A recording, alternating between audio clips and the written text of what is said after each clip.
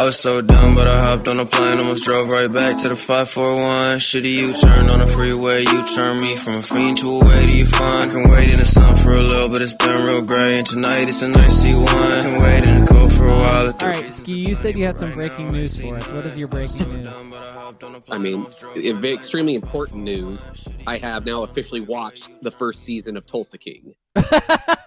And it is fucking phenomenal. Wait a minute. You hadn't watched it at all last week. It was on Paramount. Yeah. The first season is free on Amazon right now. Okay. How many episodes is that? Like 10 episodes. Jesus, man. You do good work. Yeah.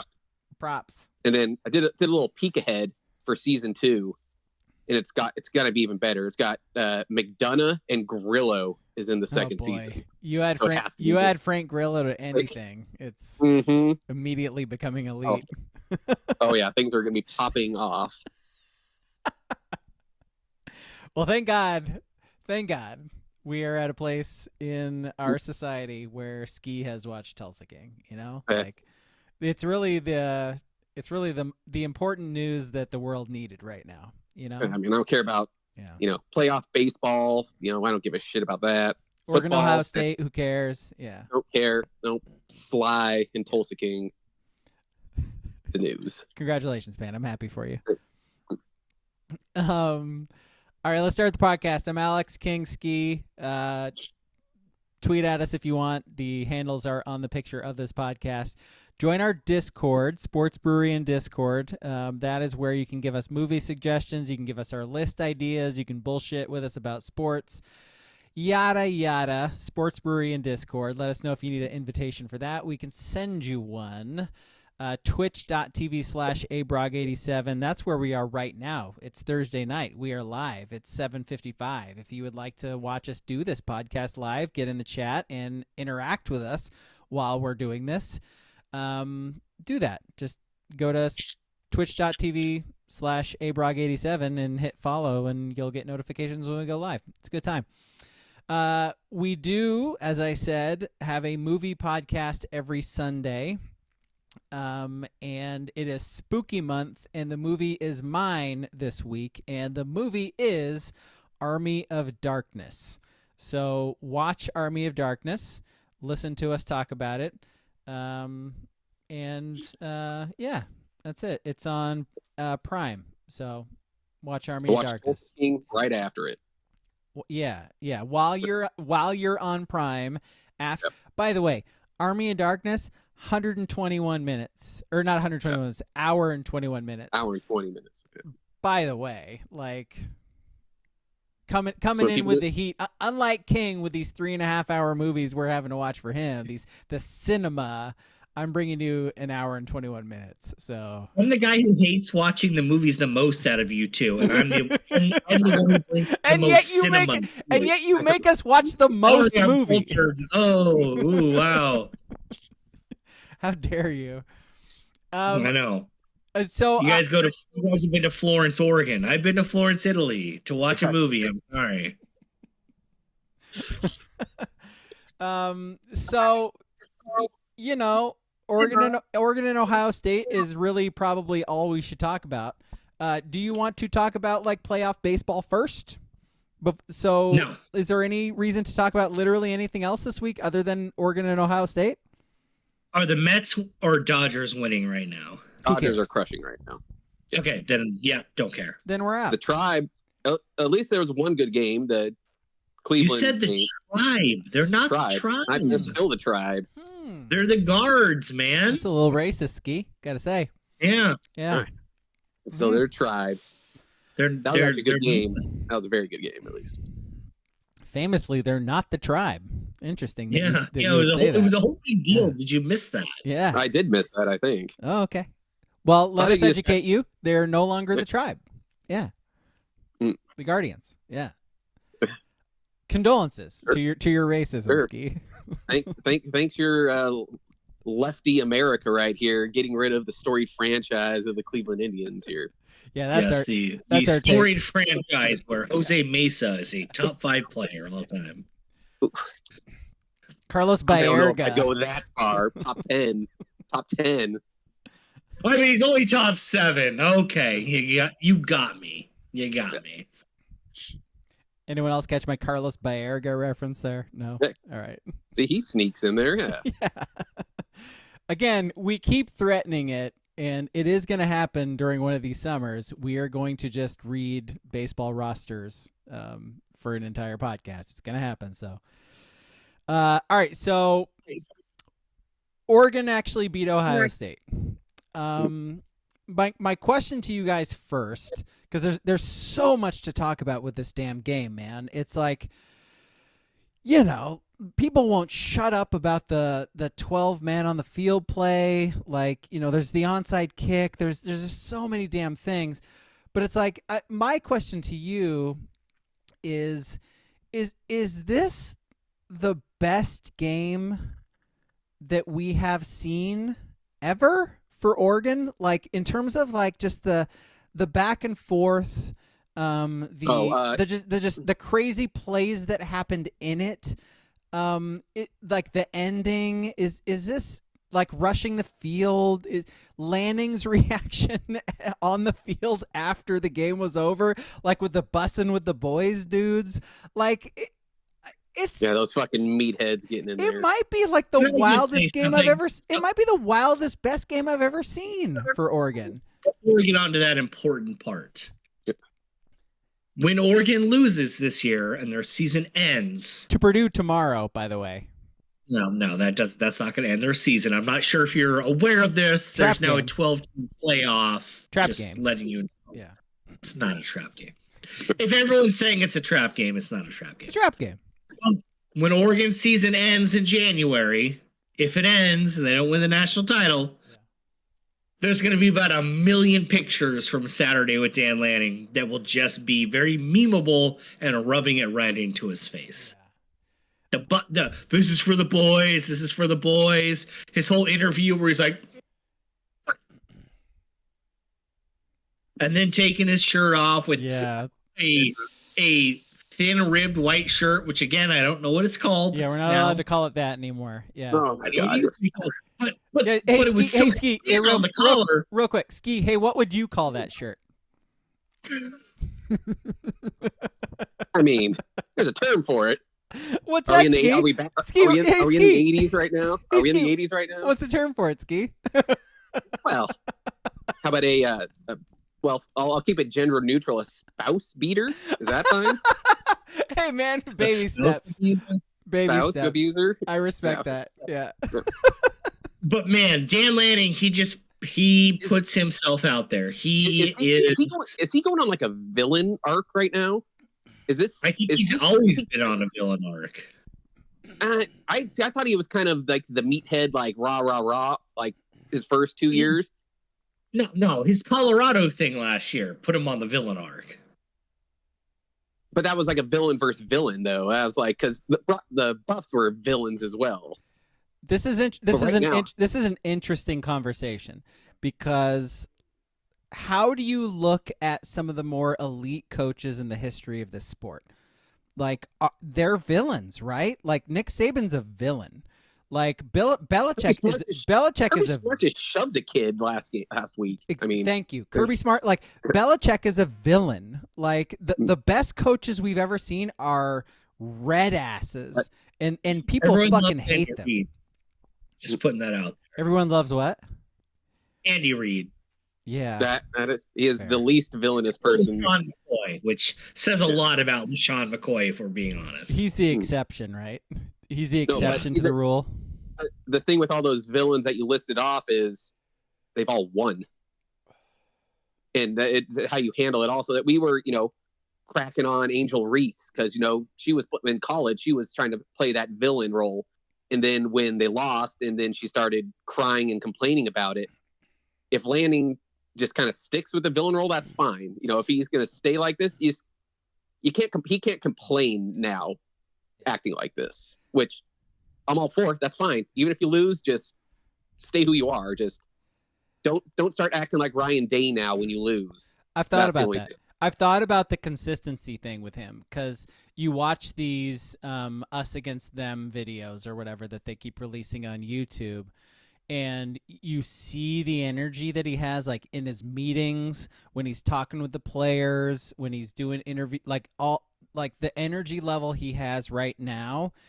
I'm trying to picture that 10 years down the road, because he has said, which, huge grain of salt anytime a coach says anything like this, but he has said, I want to beat Bilotti's record at Oregon. Okay, cool. What is he going to look like if he's still here in 10 years trying to break Bilotti's record? Is he going to be able to maintain that? Or is he going to get soft and maybe be like a more likable guy for TV? Soft? I don't know. Get soft? No. He'll just age into not running into not being loud bar guys, and hey, King, those Barstool guys are going to age with him. I'm just saying. They're going to be on CNN in 10 years. Yeah, Fox News probably more. I'm just saying, he is such it's fun, he's young and whatever, but even like the intro to the NBC, here comes Saturday night and here come the Ducks. There's lasers, there's darkness, everything's jacked up, and he reaches into his pocket and throws in 2 fucking Zins. Yeah. He's not going to do that wherever he is 5 years from now, let alone 10. Yeah. He's gonna mellow out, because you can do it at 38. Yeah. At 48, that shit is not gonna fly. That is so true. He's gonna be fiery, but he is such a fucking memeable bro right now. It's insane. Who are I guess they would be older now. Who were kind of like the original kind of bro coaches like that? Like Vrabel in the NFL, he was kind of bro-ish. Yeah, right. And eventually you do age out of it a little bit. And Kiffin, if we're being honest, his act is getting a little old, because he doesn't actually ever win the important, not even the big game. He just doesn't win games against ranked teams.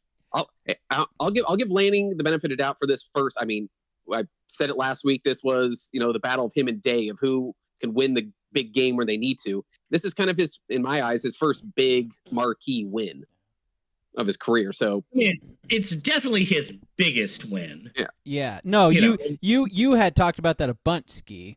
How like which coach is finally going to win a big game, and it was Lanning this week. By the way, as King brought up, Day had won a playoff game, so he has won a big game. Lanning's won big games too, but this is it. There was something more to this game than beating Utah. Oh yeah. This is much bigger than beating number 9 UCLA on October 4th. I mean, because only 2 ones were the 2 losses to Washington. Those were his 2 big games, and they came up just short. And this game, I mean, the Ducks definitely did not play a clean game by any means, but they still came out with the win, which is all that mattered.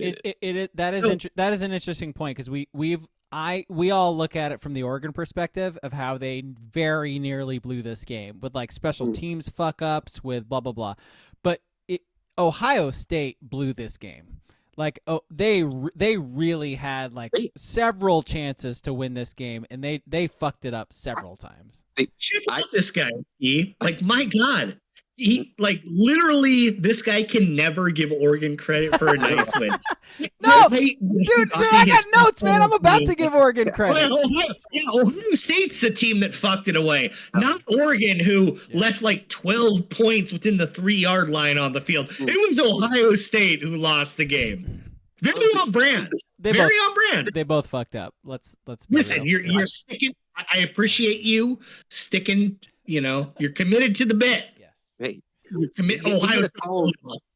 I mean, it wasn't Dylan Gabriel missing a wide open Tez Johnson and then throwing it into someone's butt on 4th and 1. Yeah. It wasn't missing a field goal from the 9. It wasn't, and then chasing points, which is a dumb thing. It was just, you want to know what it was? Just Ohio State. They just lost the game.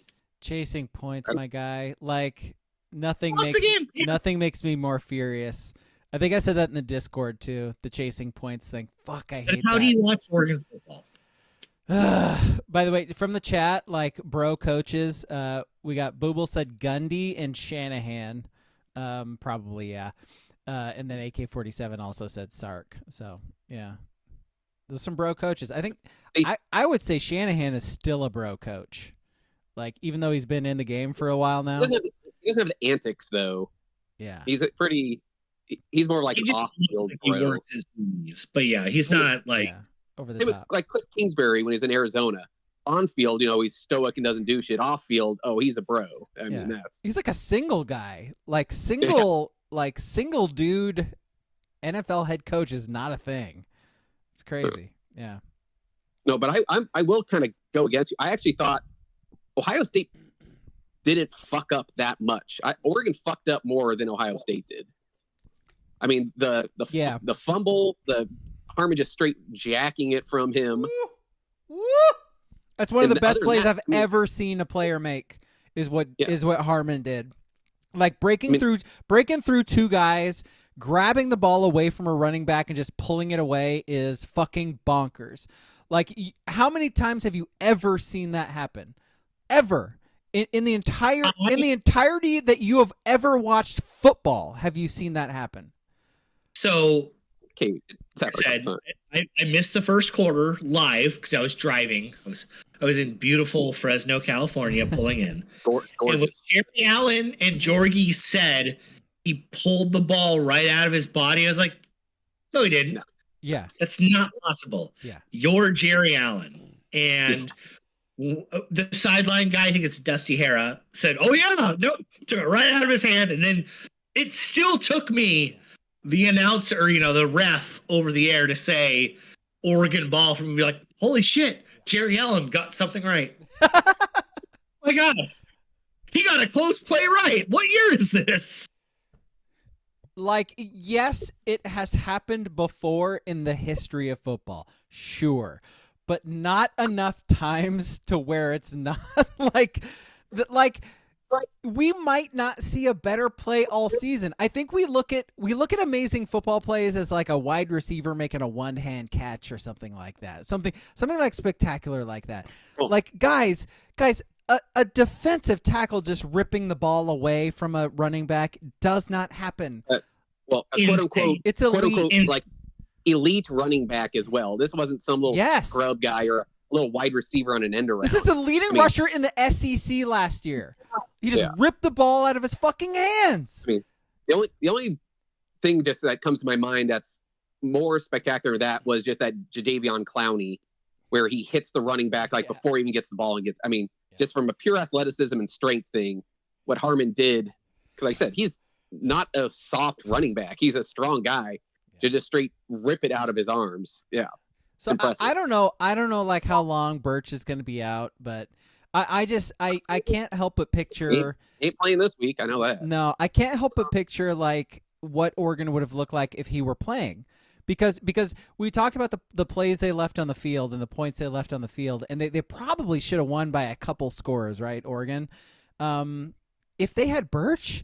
Like there were so many times where Howard was under pressure and just was able to get away from the guy and sort of sidestep him and throw it away or throw it to a dude or whatever. And I don't think that happens like if Birch is in that game.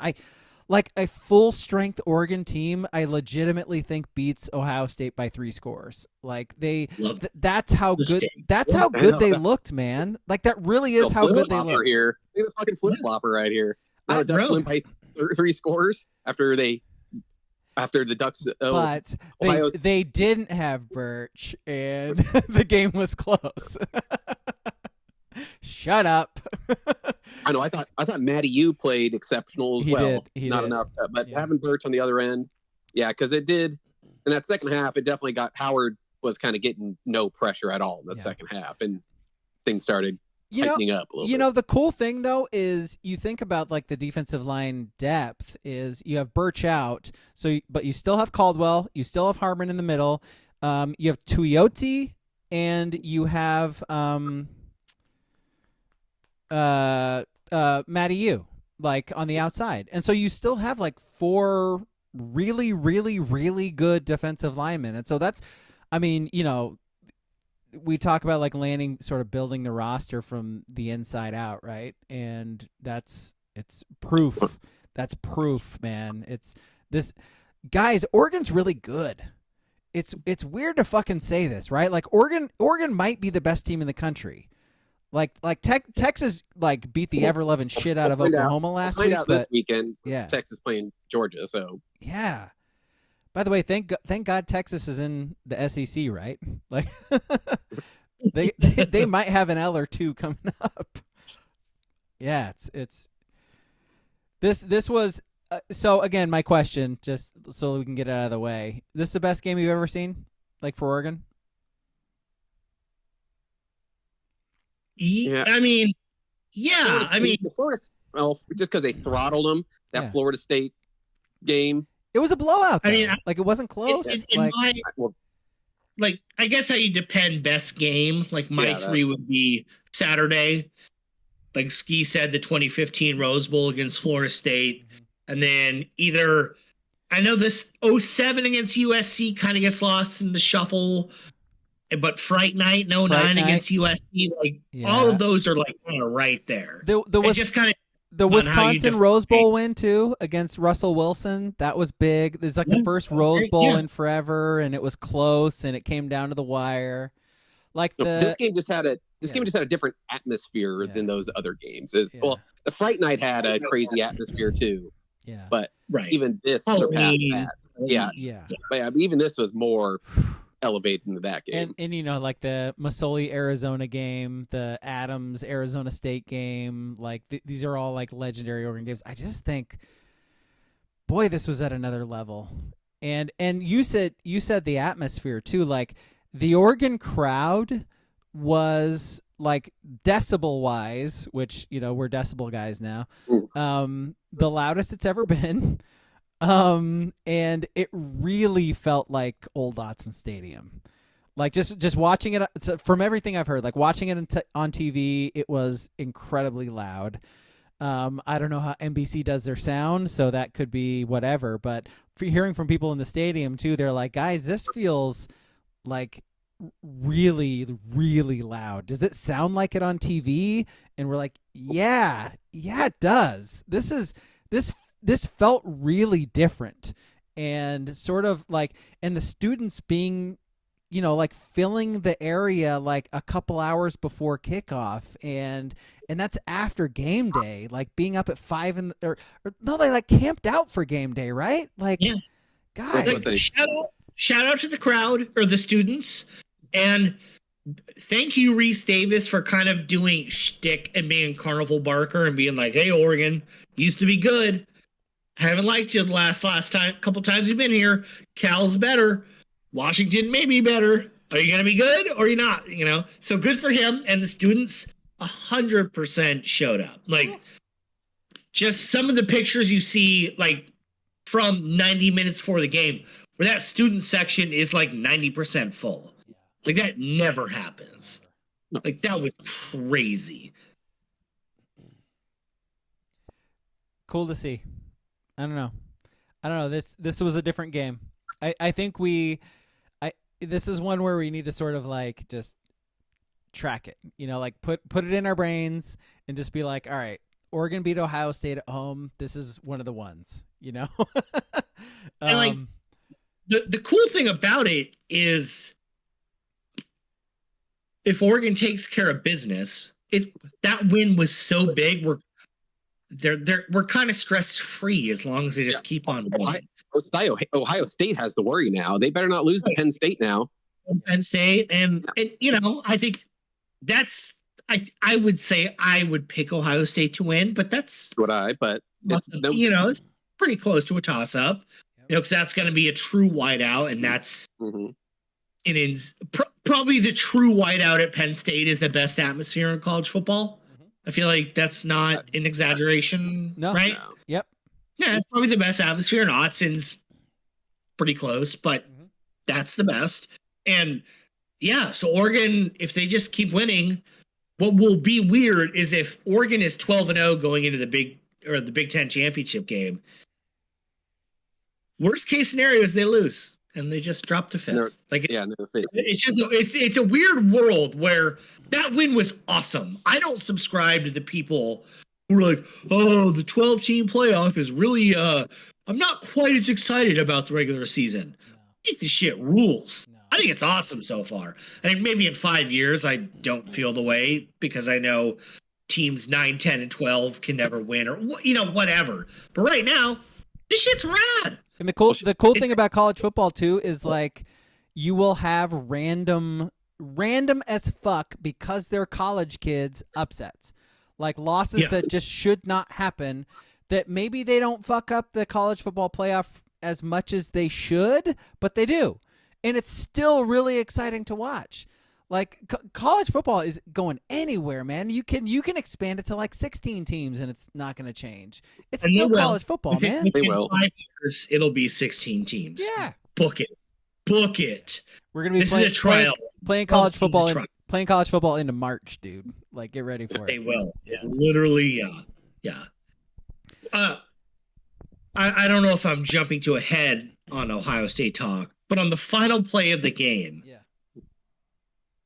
when did you know like Oregon was going to win? Like, did you need to see the slide? No, it was the pump fake. Once he pump faked off, I was like, yeah, because he wasn't going to get down quick. There was a big hole. Yeah, once the pump fake and he took off, I was like, oh, that clock's done. Right. Yeah, it was. I was just sitting there alone by myself in a hotel in Fresno. California. By the way, find a more depressing story than that. What a Central California. What a awful place. Holy shit. Once he pump faked and started running, I was like, once he didn't gather to just throw it in the end zone, I was like, oh, it's over. And I'm looking, and again, I'm alone by myself in Fresno, California.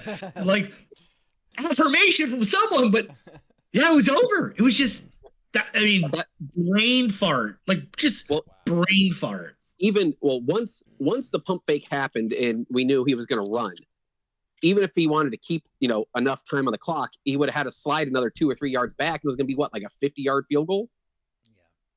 Yeah. Give or take somewhere there if he didn't grab those extra like 3, 4, 5 yards there.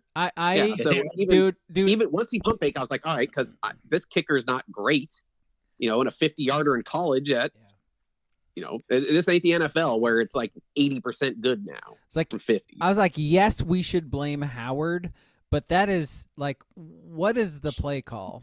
Like he's looking towards the sideline and like down the field. Like there's no way Oregon is going to give up the sideline and down the field. Like because they had a timeout.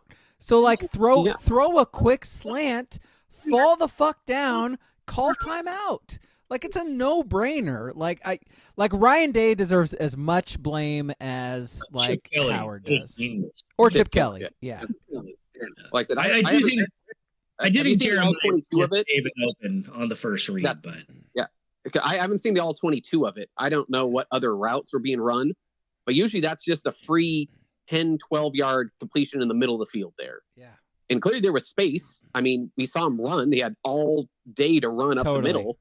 Was there no one running any routes in the middle of the field, like kind of medium depth right there? I don't know. Because like I said, that's my play call. A quick slant and out or something right in the middle of the field for 12 yards. Genuinely get the thought, thinking about it more, that Ohio State just had no idea what they were doing with the clock the entire last minute. Like no fucking clue. Well, a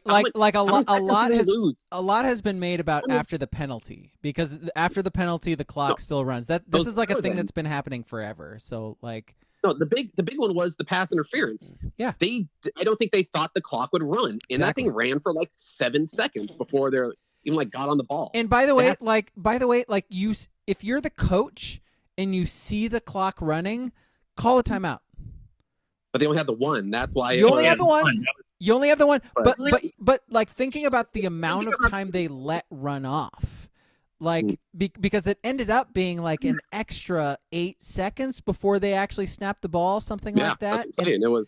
It was crazy. Yeah, they like Ryan Day had no fucking clue what he was doing, and that's why I said in our chat, I was saying the last thing I wanted to see was Oregon up by a little and having to play defense. I mean, I'm sure your guys' buttholes were clenched tight, super tight in this scenario. Bro, I was saying it in the Discord the whole time. Tightest butthole ever. Yep. Because with just from what we've dealt with as Duck fans, the Ducks playing defense, needing stops has not really been the Ducks' forte over our lifetimes. So I was saying I would rather them be down with the ball in 2 minutes left than in the scenario they put themselves in there.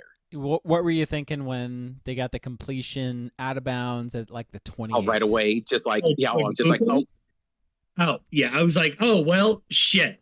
They're just gonna bleed the clock and kick a 37-yard field goal or whatever, 41-yard field goal in the middle and win, and that fucking sucks. But again, I again bring up the fact that they are at the 28-yard line with lots of time and a timeout. Why are you throwing the ball? Like you can run the ball towards the middle of the field, gain 3 or 4. You can probably do that twice with the amount of time you had left and still have time to call a timeout and then kick a field goal. So why open up the door for the possibility of a disaster? Like they had, like the offensive pass interference. That is textbook offensive pass interference, by the way. I ain't having any of this bullshit from Ohio State fans where that's not a flag. That is like the literal definition of offensive pass interference. He shoved Nico Reed. Nico Reed fell backwards, and then he caught the ball. That is fucking pass interference. But again, you guys, why open that up? You guys have seen the Joel Klatt clip about that. That's a fucking hack. Yeah, where he's like, oh, terrible call. Never seen it like that. He didn't extend. And in the video, literally extended. His leg has the 2 hands fully extended. His elbows are straight. Like, if you want to just say you disagree with it because you don't call that, the refs can't put it in their hands. Okay, whatever. That's a thing people say. But when your claim is he didn't lock elbows, dude, it's in your video produced by Fox. Yes. Like, they're contradicting you as you're saying it linearly. What are you? It's the only thing officials are looking for on offensive pass interference. They look for straight arms and they look to see if the DB is like jilted off their line, And the big thing from Ohio State fans was just calling Nico Reed, oh, he's just weak, he's soft, he barely got touched, and it went flying. I was like, he got shoved. It doesn't matter. Just a little tiny shove to put you on a different path than I'm running is all you need to make completions. And like I know this is from the peak Oregon perspective because it's from the Oregon official account, but that Ducks versus them video where they're showing that play from the sideline where there's like TJ Ward, LeGarrette Blount, and Kenyon Barter. Before the flag comes out, if you watch, these are all guys that played in the NFL for nearing like a decade, or over. As the play is happening, they're pointing that pass interference that way, and then the flag comes out, and they look like, again, I get it. Ducks versus them, propaganda. But these are guys who've been in the NFL, and they're watching it live before the flag is thrown, and instantly in their brain, they know pass interference. And like TJ Ward probably fucking hates receivers. Like, I get it, blah, blah, blah. But it was so instant that it was easy. It was an easy call. And the TV announcers too. The TV announcers were like, yeah, huge mistake by Smith. Like he pushed off, like huge, like freshman mistake, like, cause it was. It was. What are we talking about? It's same thing. It's the same thing. Like, you have to just call out mistakes. I mean, Traeshon Holden massive fuck up, dumb mistake. Amazing. Like On the Traeshon Holden thing. Yeah, sure. Do you guys think he should be suspended at all? Do it against Purdue because it's Purdue. If you're gonna do it now.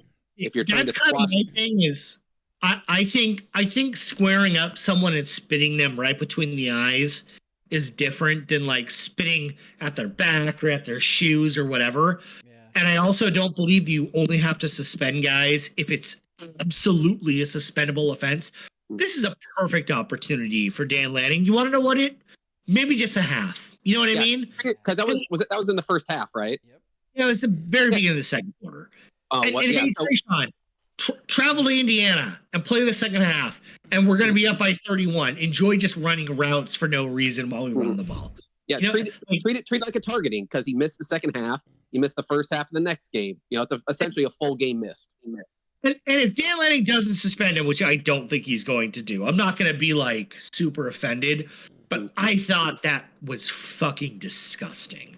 You can't spit someone right between the eyes. And he was he had like the whole Joker laugh deal about it. Like, and if you watch some of the videos before, Traeshon was like on the edge that whole first quarter talking shit. Like just on the edge. Like I said, I don't think he was hyped up for it. That's what you want. But I mean, he could have popped him in the face. Could have popped him in the face mask. Could have done many things other than on Twitter about how I think it should be a 1-game suspension, and people started sending me videos of like Marcus Peters, which that's a red flag because it's fucking Marcus Peters. It was Marcus Peters. Wow. Spitting at the back of someone not looking and completely missing them and not being suspended, and just all these other things where it's a spit, but they're not actually being spat on as proof that nothing should happen. Yeah, I'm with you. A full game suspension doesn't bother me. Half doesn't bother me. Non-suspension, I'm not like upset. Like, oh my god, he can. I'm not going to be, up in arms. I won't lose a second of sleep. I'll note it. I'll be like, oh well, that's you couldn't. But whatever. It is what it is.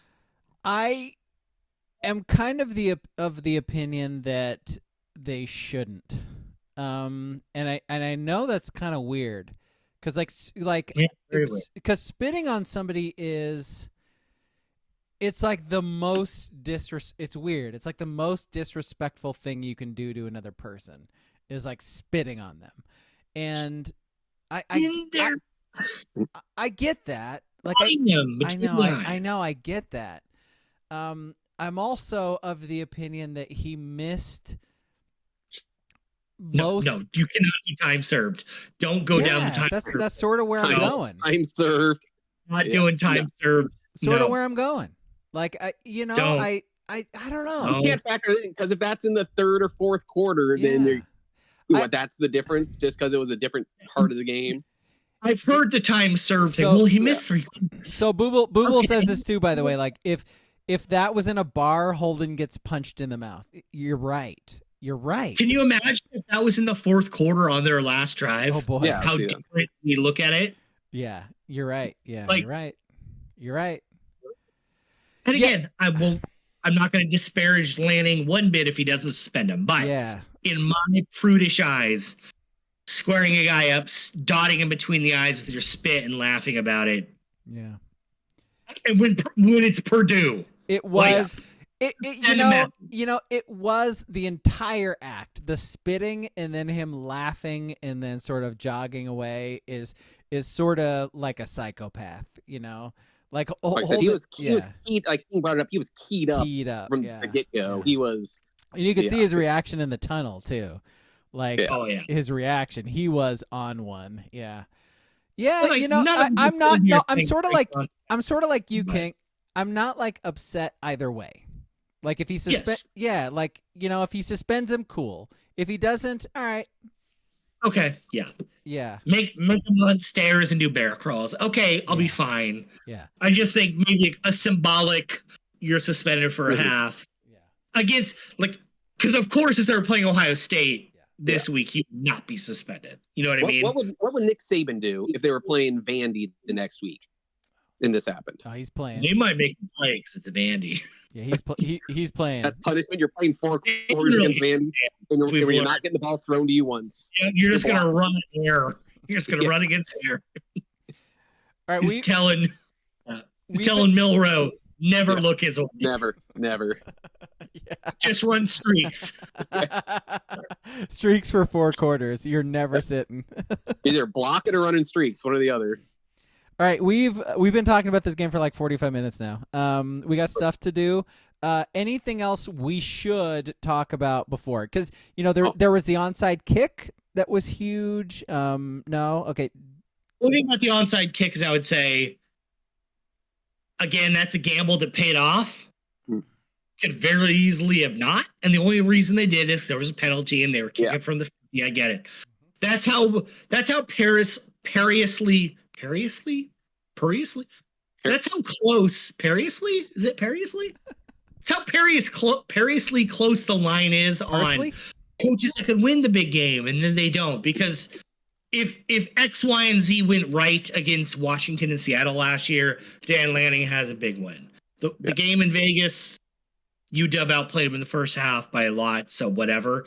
But again, if he just misses that guy by like 6 inches, it's Ohio State ball, and whatever, they just run down and do whatever they do. But it's interesting how that's a genius play, but that could very well have gone the other way. Yep. Apparently it was part of the 2-point conversion scenario that Lanning like sort of plays out. So because he talked about that in the post game, is they had the which by the way, the 2-point play just needs to go away. Like any play where they run the ball with Sadiq just needs to die. Or throwing to Herbert in the red zone. God damn it. But not making Sadiq and Herbert a thing. They're not thing. But apparently that was like a plan. Like the 2-point play into the kickoff is something they had talked about like going into this week and prepped for, which is wild. And the fact that Boyle like came back last week, kicked a 50-yarder, and then laser beamed a football into a dude's nuts for an onside kick is tremendous. Those are like the 2 plays he's made since coming back from injury, and he is like 100%. I guess the other thing we should probably spend like 20 seconds on before we move on is the 12th man thing. Is Aaron Fentress the only person in the world who's super upset about that? And Ohio State fans. And random Ohio State fans. Yeah. They don't count. I mean, real quick, though, because I have seen a lot of Ohio State fans who are very much like on board with it. And they're very much like, dude, this guy is playing chess. Ryan Day's playing checkers. We need a coach like that. Like is a lot of what they're saying. A lot of them are like, it's. Well, that's what Nick Saban said, those like exact words. Yeah. Damn near that. Urban Meyer. I never would have thought of that. No. What the hell? And the crazy thing is, like, this isn't new. I saw Rick Neuheisel bring up something against like Arizona State back in the day where they had like 14 guys on the field against them. I actually went back and I looked at the game law. It took me a while to figure it out. I think it was in like 2010. It absolutely happened. He was not making it up. Look at the play-by-play. That was a thing. It's just the highest profile game in like a little while, and the fact that it made such a made such a big difference in the ending of the game, I think is why. And by the way, like I don't know about you guys, I'm pretty over people talking about it. It's like, well, it's stupid. It's so dumb.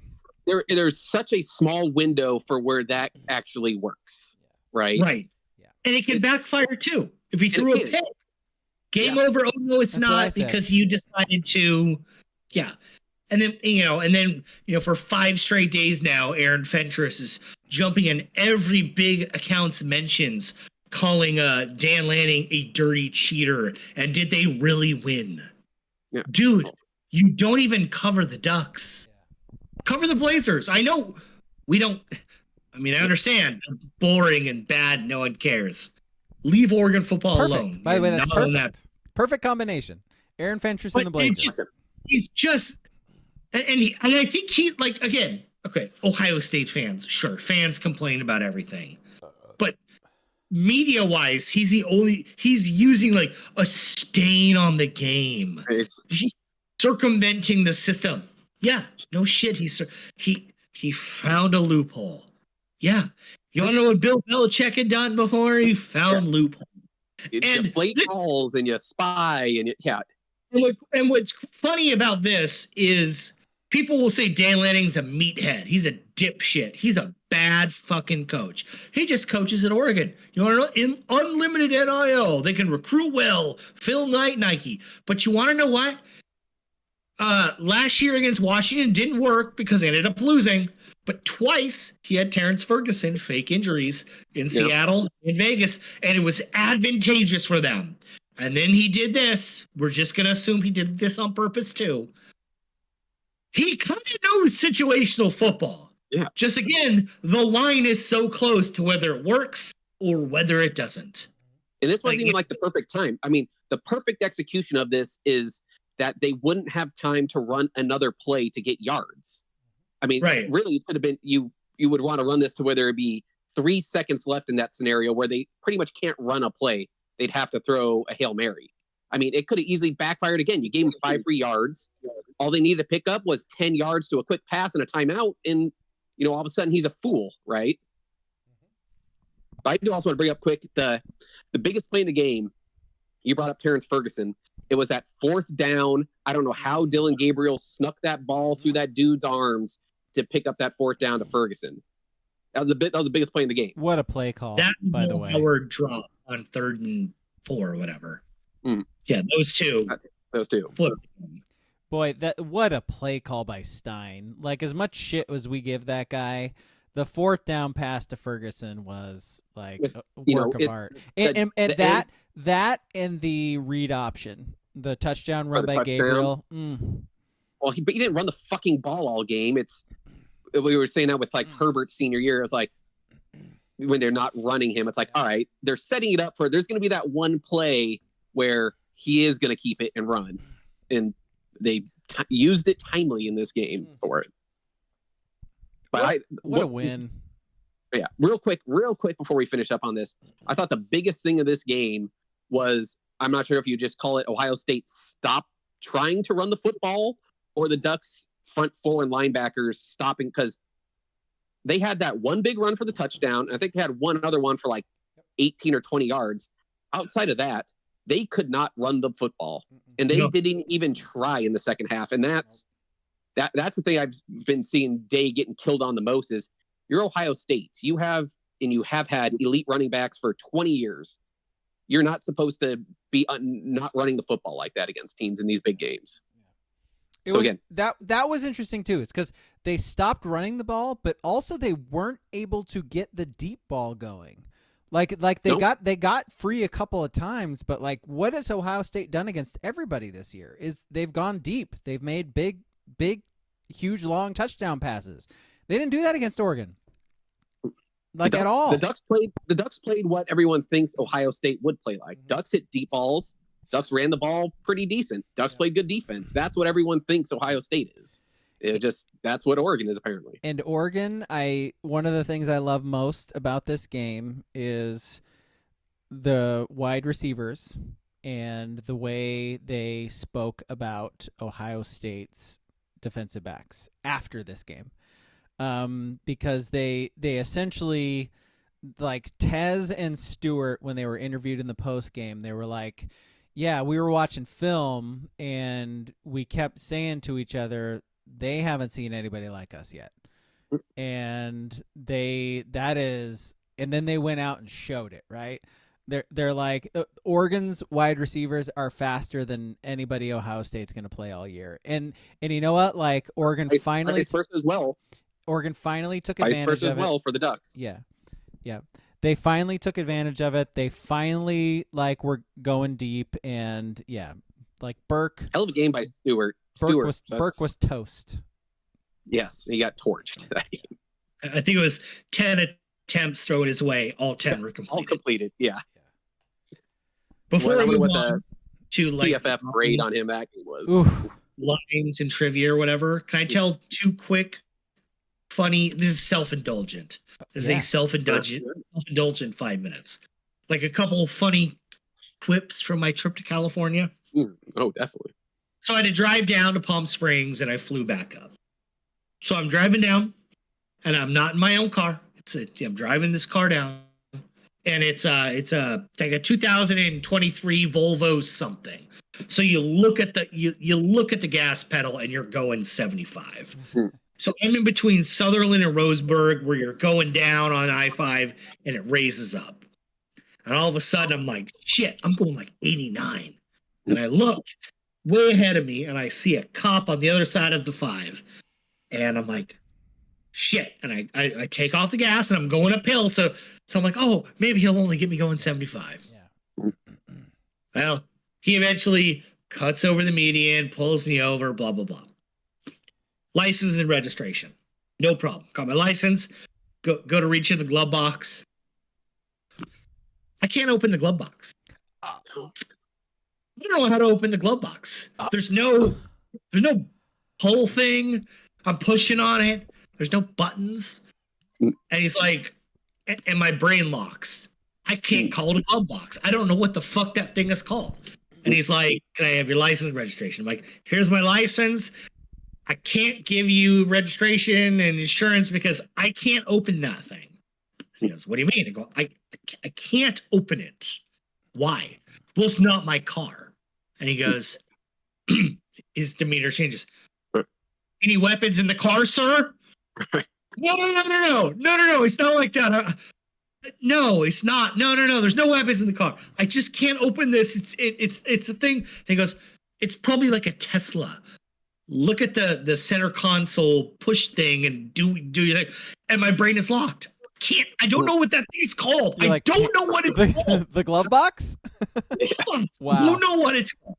So I'm trying to push, and after about 90 seconds, he gets irritated, runs my shit, comes back, open it up.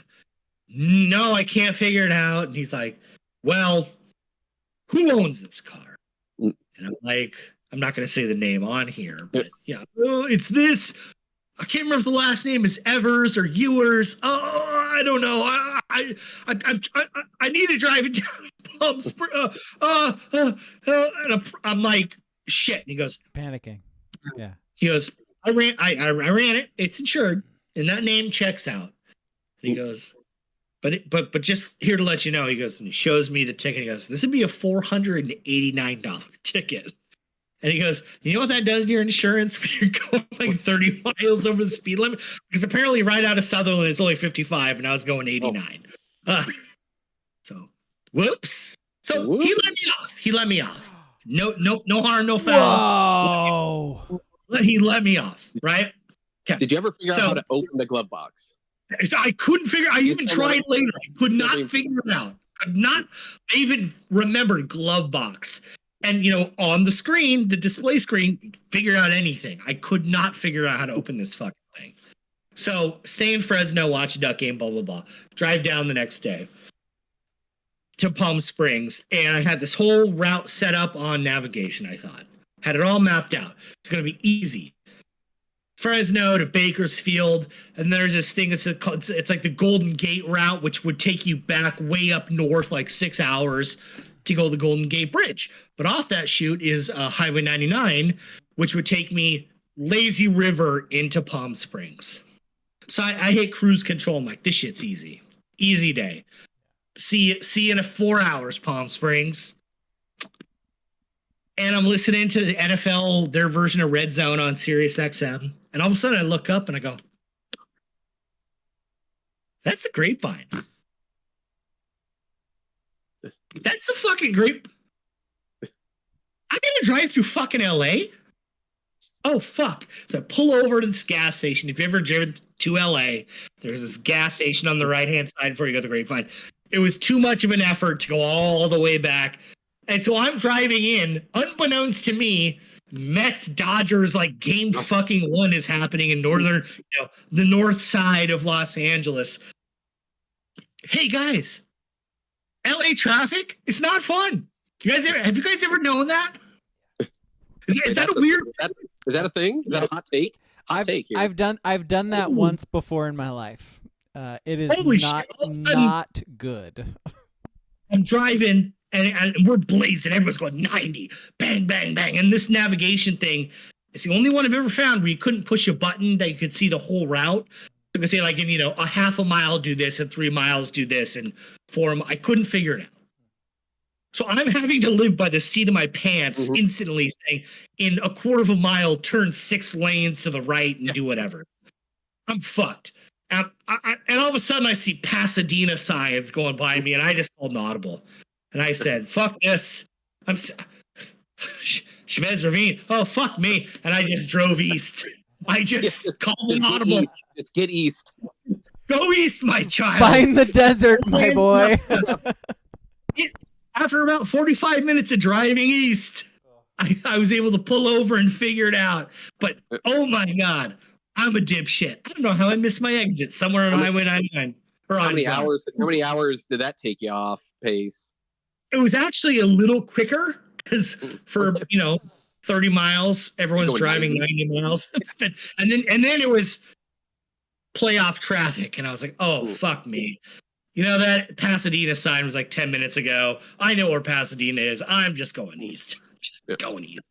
So, yeah, it was good times. And I got to Palm Springs, and that's a city that should not exist. Why do you say that? Sure. Because you drive for like 30 miles into it, and there's nothing but windmills and dust and cow skulls. And then it's just green grass. Beautiful foliage. Luscious grass out there. In the middle of the desert, just lush. The oasis, man. It's an oasis. Yeah. It is. Well, and man, in open air, I know I mentioned this on Discord, but in open air airport in the middle of the fucking desert is insane.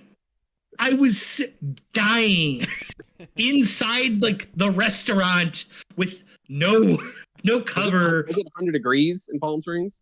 98 degrees. 98? October, and it's 98 degrees. Little Nick Lachey. All right. Yeah. 98 degrees. Let's go. Yeah, it was a good time. You can blame those windmills out there killing all the birds, Yep. And I heard people having sex in Fresno, so that was fun. Oh. At 3:30 in the morning. What better place? Yeah. Yeah. AK-47 says you sound like a 60-year-old, and then WCP agrees with him. Oh, okay. You guys. Yeah. Oh, yeah. You guys get lost in Los Angeles. So I called an audible. Could a 60-year-old call an audible? Nope. Yeah. You ever seen a 60-year-old in the NFL? I don't think so. The 6-year-old driving 90. Day can't call an audible.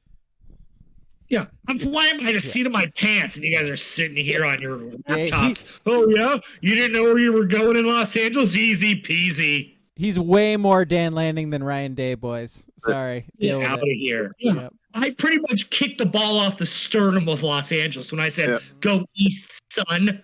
Sure. Fuck out of here. You guys are taking a knee. You guys are running the ball up the middle. Get out of here. Go drive around Cotton Grove. Hey, guys. Let's do lines. Lines everywhere. Lines. Something about lines. Lines. All right. Well, you guys could strike up the fucking band because I won a week here, fellas. Yeah, no, I won. As the games were going on, I said in Discord, I was like, "Am I gonna get a game right this week?" Because I think I got Oregon right. I think that might be it. So here's the thing: you and King both got 2 games correct, but you got your star pick game of Minnesota. So you actually got 3 points. King got 2 points. I won the week. I got 4 points. I got to pick 3 games correct. So total score, you got 42. King has 39. I have 34. So that's where we're at. Jesus, man. Abysmal. Yeah, a lot of these things weren't even. There were bad games that week in the Big Ten. Gross games. I feel like the only game I got right was Iowa. Like, obviously, I got other ones right, but yeah, Iowa and Minnesota. We all picked Minnesota to beat your Bruins because your Bruins stink. Really went out on a limb there. Yeah, with the Ghosts. We'll start with your Bruins again. It's a tough one. We got Bruins at Rutgers. Rutgers is 4.5-point favorites at home. Scarlet Knights. 4.5. UCLA is so bad. Like I said, they finally caught up. Schiano in October. It is not a good combo. Yeah, I'm taking Rutgers. UCLA is just too bad. Yes, Rutgers. That line sucks for Rutgers. I mean, here's another just ridiculous. Wisconsin's 7.5-point favorites at Northwestern. See, has those temps dropped now? Is it finally that time of year in Chicago where that lacrosse field? I think this is their last game at the lacrosse field, but I'm still going to pick Wisconsin. You're still taking whiskey? Yeah, I got Wisconsin too. They're used to that stuff.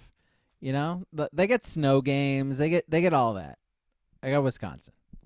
Yeah, Wisconsin's not very good though either. Give me Northwestern. Lose by a touchdown, Northwestern. Chasing that point. Your Cats. My Cats. All right. Next we got Nebraska. They're going to Indy. Indy is 6.5-point favorites. You want to know what? It's a tough slate this week. I'm going with the Corn. I'm a children of the Corn. With a K. Yeah, you just like the Mahomes kid. Yeah. Homer.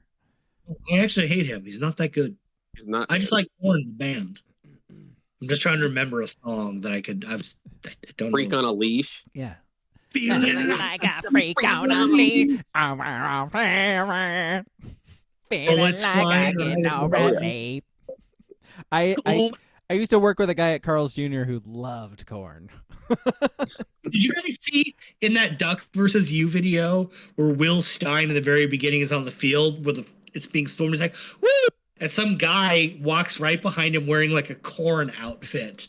Mask, dreadlocks, the whole thing. I was like, oh my God. They couldn't edit that guy out. Jesus. Come on, we got the best digital team in the country. You can't edit that dude out? No, but Indiana's undefeated. Nebraska's bad. Give me Indiana. God, is Indiana What's ever their going to lose? Like, what'd you say, Kang? Indiana. What's their mascot? What, the Hoosiers? The Hoosier guy? It's like a guy in a it's a guy in overalls. Like, yeah. I have no idea. Indiana's very back end. They got Michigan, but then they got a bye week leading into Ohio State. So that's their two tough games. Nebraska, Washington, Michigan State, Michigan, bye, Ohio State, Purdue. That's a one-loss team right there. They gonna fuck around and get into the playoff? Like, I mean, yeah, possibly. Shit. No. I have Indiana as well, by the way. Hoosiers. By the way, I'm star picking Rutgers, by the way. UCLA is so bad. Next thing we got, speaking of Michigan 3.5-point favorites against the Illini. It's a big top 25 matchup here. Illinois struggled with Purdue last week, but still won. But last week was dumb. Like last week was nothing but close games. So I got Illinois, guys. I got the Illini. I'm going to take the Illini as well. You got to have a quarterback that can throw a football. I'm sorry. Yeah, I'm going Illinois too. I was hoping I could be a tiebreaker, but right. Michigan starting Jack Tuttle this week. Mm-hmm. Hey, he was Michael Penix's stewardship guy. He was his mentor at Indiana like 7 years ago. Don't sleep on Jack Tuttle, or do. Yeah, I'm gonna continue sleeping on Jack Tuttle. Yeah. Okay. Yeah. Okay. All right. Next thing we got the Trojans. 7.5-point favorites. They're going to Maryland. SC star pick. Maryland stinks. This is the first real big travel game here. I guess we'll see. I mean, Maryland does stink. Maryland is. USC let me do a too, little analogy. Maryland is a Tom Petty team. You want to know what that means? They're free falling. I mean, SC has lost 3 of their last 4 games too, but I'm taking USC. Maryland just lost at home to Northwestern by like 3 touchdowns. Yeah, I don't want to pick either of these teams. Nope. Yeah, USC, I guess. I'm tired of picking USC though, guys. Like they are the USC. least reliable team in the Big Ten right now. Like, I'm just glad as Lincoln Riley's agent, you join us every week. Mm-hmm. Yeah. All right. Next game we got Kings Hawkeyes. They're 5.5 favorite, going to Michigan State and Sparty. Playoff hope still alive. Give me those Hawkeyes. If they're Just putting up, dog if they're putting up like 40 in a football game, like what Iowa is this? I mean, I'll take Iowa. Give me the star pick, Iowa. I'm going to take Sparty off the bye. I cannot factor it. Chasing. No, I just don't know how. I don't know how they scored 40 points against UW. They weren't like prolific offensively. I don't know how they managed to get 40. Beaks up. Oh, I will also note Washington is bad. Not if you asked the question, how did they score 40? Washington is bad at football. You talk to Husky Honk fan. Apparently they have like the best offense in the Big Ten. So best receivers in the nation. Best receivers in the nation. I couldn't name one of them, but they have them. Top 10 defense. The metrics say so. All right. Yep. All right. And then last game, Ducks 28.5 point favorites against Purdue. As Braga like say, that's a lot of points. Yeah, Purdue. It's a lot of points. Yeah, go ahead. I'm gonna pick Oregon, but I think it will be a hairy cover where at the end it'll be tucked away, but their squirrely little running back will score like 10 points too early because he has a couple of big runs, and then all of a sudden they're just like, well, this freshman can't actually throw, so we're gonna fuck him up now. So I agree with you. I don't think this freshman quarterback, Braga seems to be, and people in the Discord seem to be real worried about this freshman quarterback that had 9 passing yards in the first half last week. I'm going to partially agree with Braga. It's not a trap game because Purdue's so bad, but it's a trap game enough that Purdue will cover. I think it's going to be one of those Oregon games where they have it in hand, but they win by 20. See, my thing is I think Oregon will cover because I think Purdue spent so much effort last week coming back. What were they down? Like 27-3? Yeah, they were getting boat raced. Losing like 50-51. It's like one of those marathons after you come back from the bar and you're like 40 minutes in. You just know you're not going to get there. And it's just a lot of wasted effort. It was a wasted effort. And you're tired for like 3 days, Yeah, you're going to wake up hungover and tired the next day. You've been there. You've been there, Alex. That's a perfect way to put it. Really hard, but you just didn't, Yo, the effort was there, my guy. Great effort. Yeah, great the effort was there. As WCP said in the chat, we knew Braga was going to take Purdue.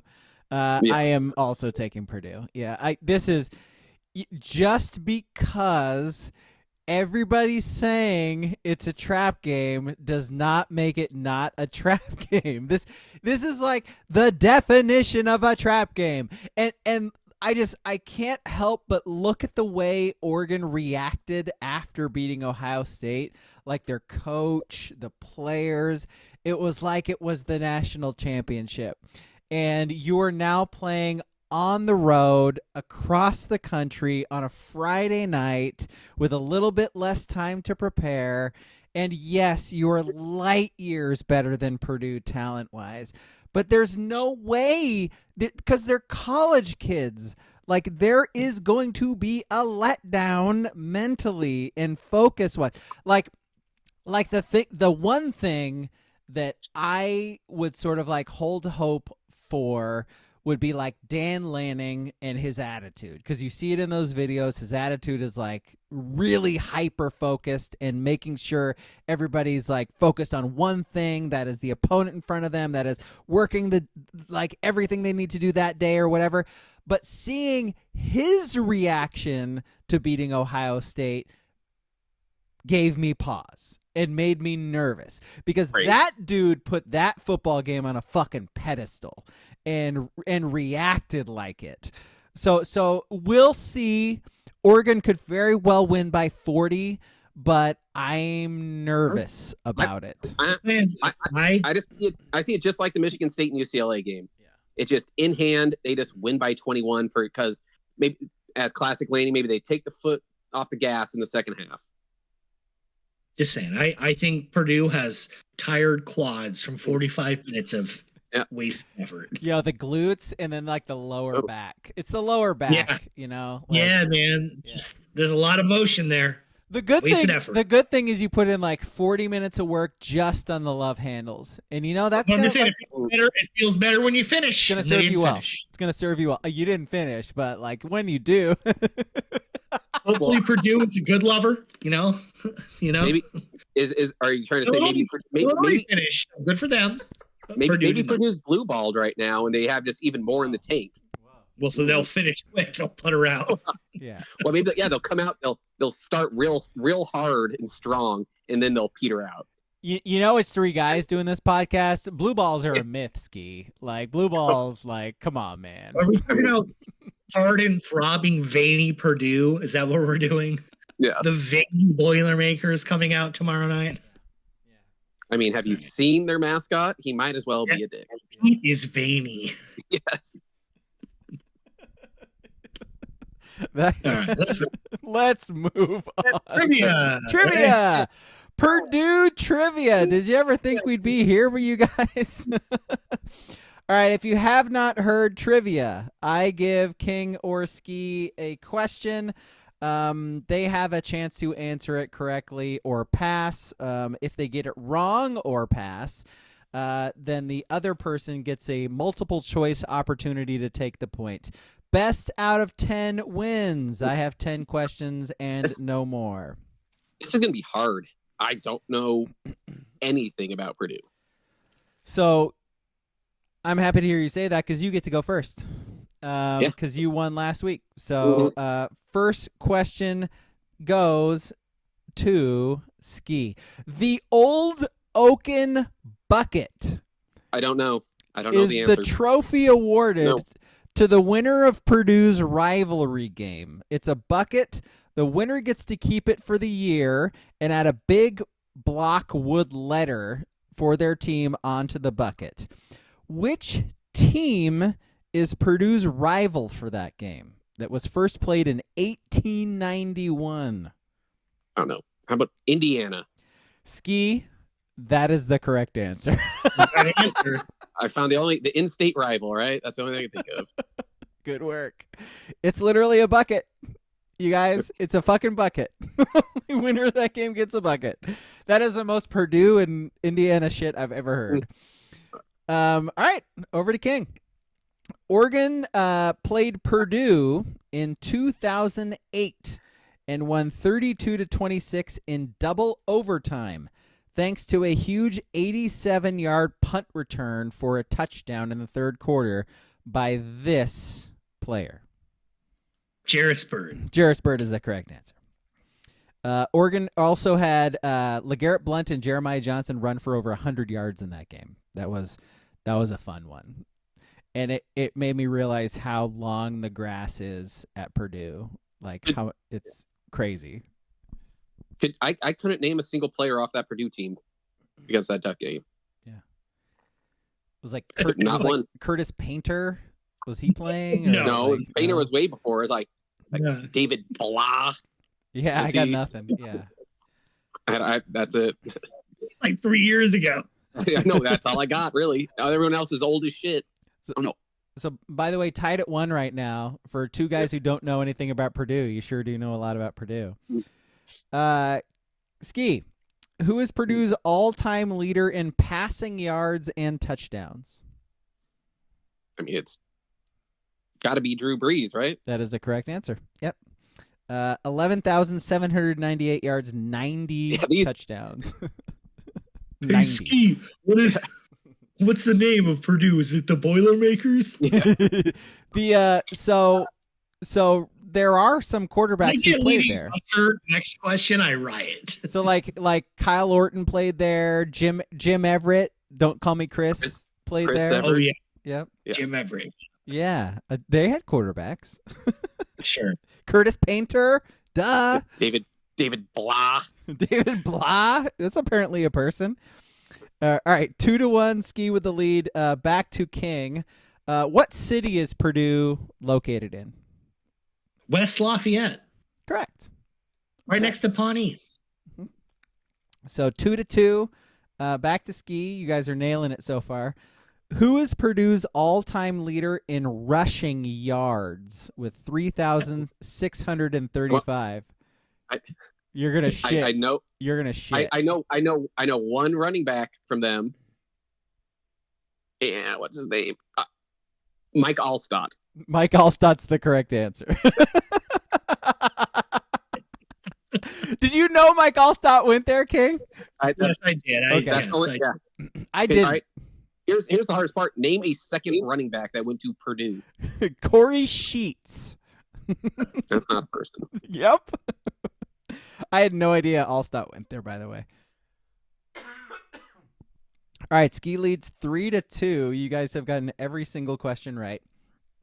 King, Purdue is called the Boilermakers thanks to a newspaper article in 1891.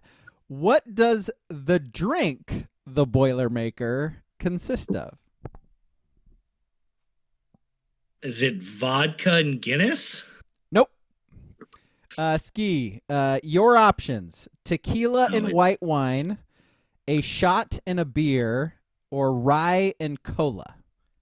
I'm pretty sure it's just a shot and a beer, isn't it? That is the correct answer, Ski. From Dumb and Dumber. That's the only thing I remember from Dumb and Dumber with Cam Neely. He's just like, a couple Boilermakers over here. Wait a minute. Explain this drink to me. It's just a shitty shot and beer. That's not a drink. It's literally it. It's literally it. It's not a drink. I think it's. Is it not? Is it a drop shot still? Yeah, you drop it in the glass. I think. Yeah, it's a drop shot. But yeah. No. I don't. I thought it was just a beer and a shot of whiskey was a Boilermaker, but it can be whiskey. It doesn't have to be. It doesn't have to be. Yeah. But sure, Mike Allstott. Yeah, Mike Allstott. Drew Brees. All right, Drew Brees. Ski leads 4-2. Name a wide receiver. I got one. Vinny Sutherland. Yep, that's all I got. Good segue into the next question, Ski. Who is Purdue's all-time leader in receptions with 321? But is somehow not their leader in touchdowns and yards. Vinny Sutherland. Incorrect. King, your options: Vinny Sutherland, Rondell Moore, or Taylor Stubblefield. Stubblefield. That's correct. Pick the wide receiver who played with Drew Brees, by the way. He had like a billion fucking catches. 325 catches is a lot of catches. And they were all like checkdowns apparently. All right, we're going back to King here. This NFL Hall of Famer finished 4th in tackles and interceptions in Purdue history. Went on to a long career with the Steelers. Who is he? Jack Lambert. That is incorrect. Your option, Ski. Oh, I know who it is. Oh, shit. I know who it is. It's Rod Woodson. It is Rod Woodson. Rod Woodson. Yep. Yeah. Yep. Ski wins trivia. Yeah. Yeah, well, okay. Ohio and Indiana. We're number 18 for Purdue. 2 weeks in a row, boys. Yeah. Name a drink. That was the worst question you've ever asked. Boilermaker? Come on, man. No, it's not a real drink because it's not a specific beer and it's not a specific liquor. Fake question, fake drink. Don't count it. Should have made it easier for you, honestly. No, I'm just saying it's a terrible question. It's terrible. It's on you. Okay. Okay, yeah. That No, one is on you. you know, Terrible question. all I can do is promise to be better moving forward. Yeah. You better be, because that is terrible. This is a terrible question. Terrible effort. I don't like Yeah, it. no. F for Because you effort. didn't give the answer like, oh, it's a Modelo and whatever. Dos It's a Equis. Coors Light Yeah. and a whiskey. It's just, oh, it's a beer and a liquor shot. You want to know what that is? That's being 18 to 25. That's what that is. No, you know what that is. That's called living in Indiana. You know what that is? It's a Boilermaker. Pre-funking. That is called pre-funking before you go to the bar. That's a terrible question. I remember you. Terrible leader. I remember a trust long anyone. time you and I had flaming Dr. Peppers in and walked to a Duck game against USC, like right after 9/11. That was an interesting football game. Way to honor our troops in the fall. Yes. That's what we do. Proud to be an American. At least I know Let's I'm roll. free. I was so fucking hammered for that game. Man. Oh man. We just walked in the stadium. I remember that. We just like walked down the tunnel and like onto the field level. Like, how did that happen? Oh boy. Different times. Yep. All right. I do have two other questions. Who is Purdue's all-time winningest head coach? Bob Tiller. Joe Tiller. Mhm. Yeah. That was close. All right. Yeah, that was close. Terrible. I would have given you a half a point for that, 2009, Oregon hosted Purdue, barely held on 38-36. Who led Oregon in rushing that day? 14 carries, 84 yards, and a touchdown. 2009. Jeremiah Masoli. Correct. They also had LaMike James and Kenyon Barner for that one. If you want to be gross, look at a lot of 2008 and early 2009 Oregon Duck box scores. I love Masoli. Love him. Woof. Some of those box scores, it's like 37 yards passing, but 100 yards rushing. No, he was. I think it was like 11 of 17 for 130 yards passing in that game. It was not pretty.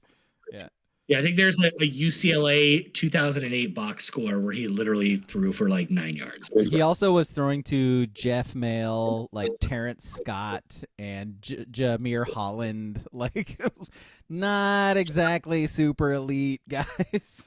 Yeah, it's a little different how that is now. It's kind of it's fun. A little bit. Receivers at Oregon. Yeah, it's pretty cool. Yeah, it's pretty. Yeah, it's pretty cool. 5-star receivers. All right. Yeah, weird. Yeah, On it's board. fun. On board. Keep getting those. All right, let's do our list and wrap this up. The list comes from, I believe it was Lincoln City 69 in the Discord. I think that's right. Lincoln City 69 in the Discord. It is top 3 worst months. I like this list idea. Like this is a fun idea. There's a lot of ways we could go with this. So your top 3 worst months of the year. Who wants to start? My number 3. Yeah. May. Make up your mind. Are you spring? Or are you summer? Yeah. Figure it the fuck out, especially in Oregon. Like, figure it out. What are you going to be? All right. Well, I'll kind of piggyback you. I'm going to say April for similar reasons, even though it's more wetter than May is. But it's like, Yeah. It's like, get to the nicer weather. This weather baby. sucks. Yeah. Do we just not like spring? Is that the thing? Like, It's only number 3. I have 2 worse than springs. Okay, Essentially, okay.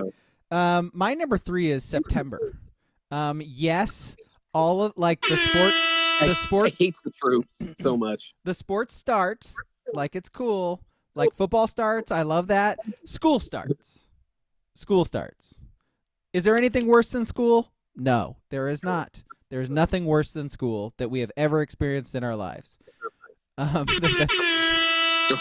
You children enjoy school. Yes. Yeah. Go to class. Yeah, try hard and stuff, but September sucks for that reason. Say nope to dope. Yeah. 3's in the chat. Booble and WCP both say June. Interesting. And Hucklebenny says September. golf courses all get punched aerated. Or pooched? Punched. No, he meant Yeah, punched. yeah, Yeah. Punched and aerated, yeah. Rich guy problems over here. I gotta switch the spikes on my golf shoes. Country club dude up in here. Yeah. I am going to jump on board here with WCP and Booble, and I'm going to say June as well.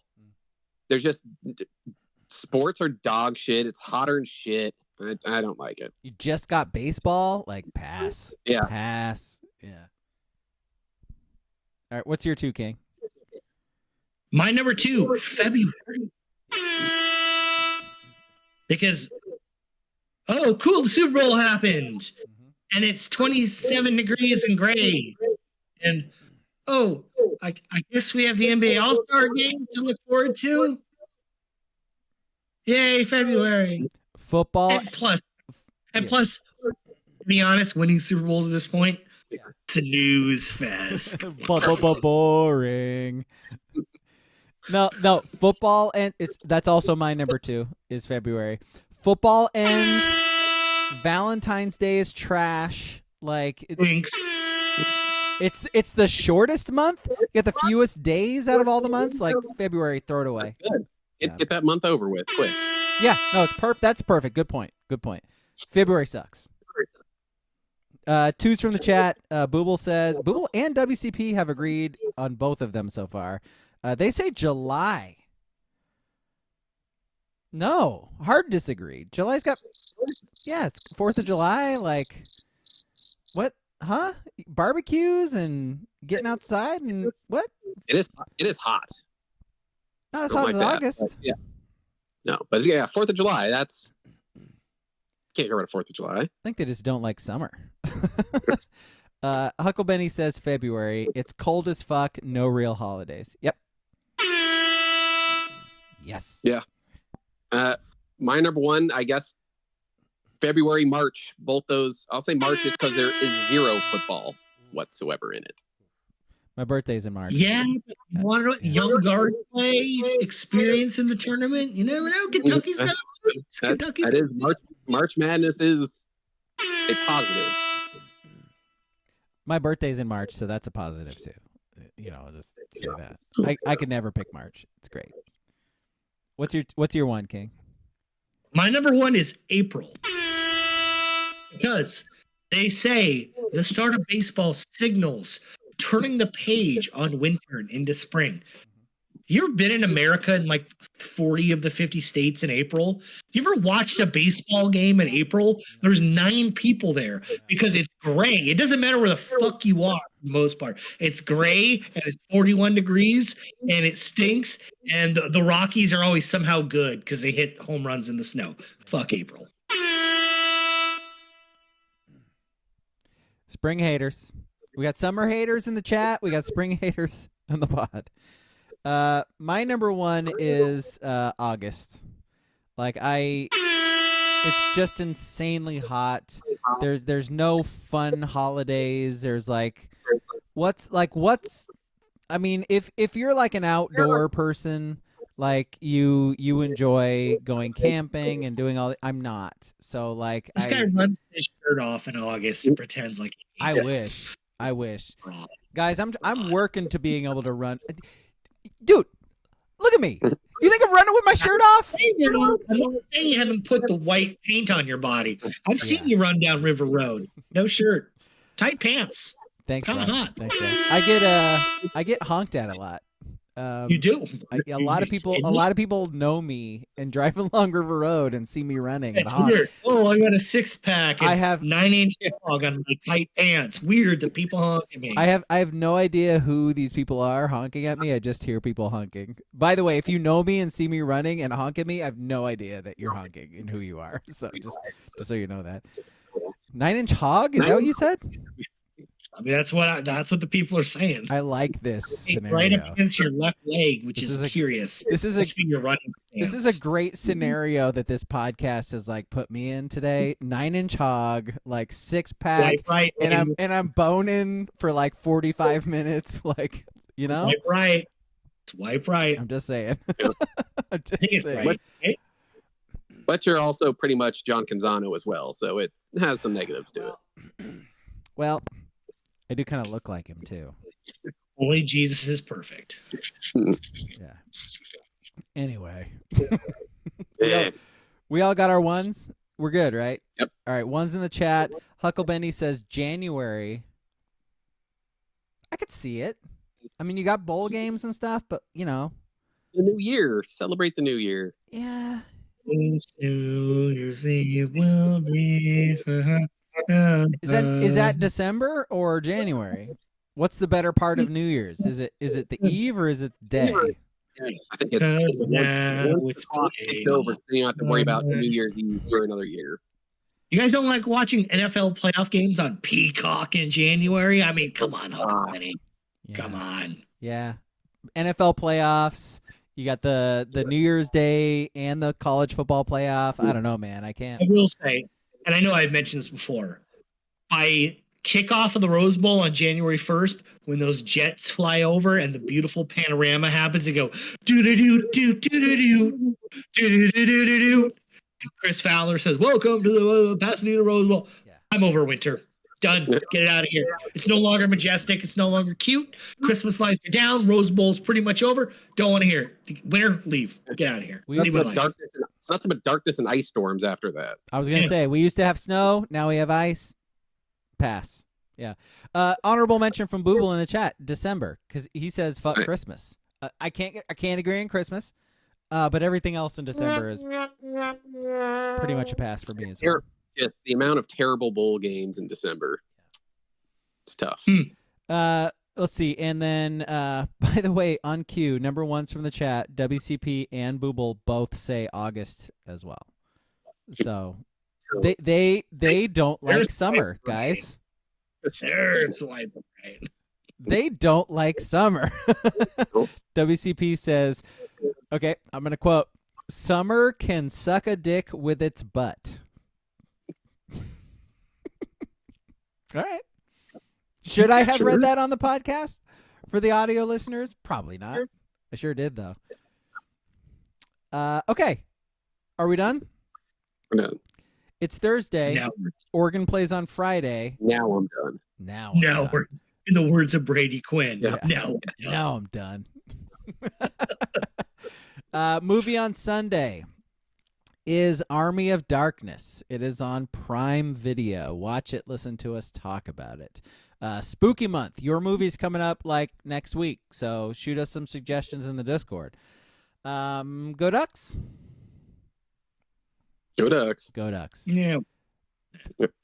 Yeah, King super disappointed after last week when his pick against your Oregon Ducks came out to be not true. So, whatever. I was trying to put the other person, because I picked second. I was trying to, whoever picked first, I was going to pick opposite. Sure. It's a coin flip. You just don't like Oregon. It's cool. It's all right. Person, it's all right.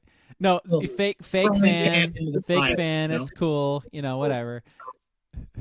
I love, by the way, you're the one guy with nothing but Oregon shit behind you on the wall, a duck hat that you just got for the cancer week, and then a Bo Nix shirt. You're the most Ducks guy. All right. Thank you for watching. Thank you for listening. See y'all on Sunday.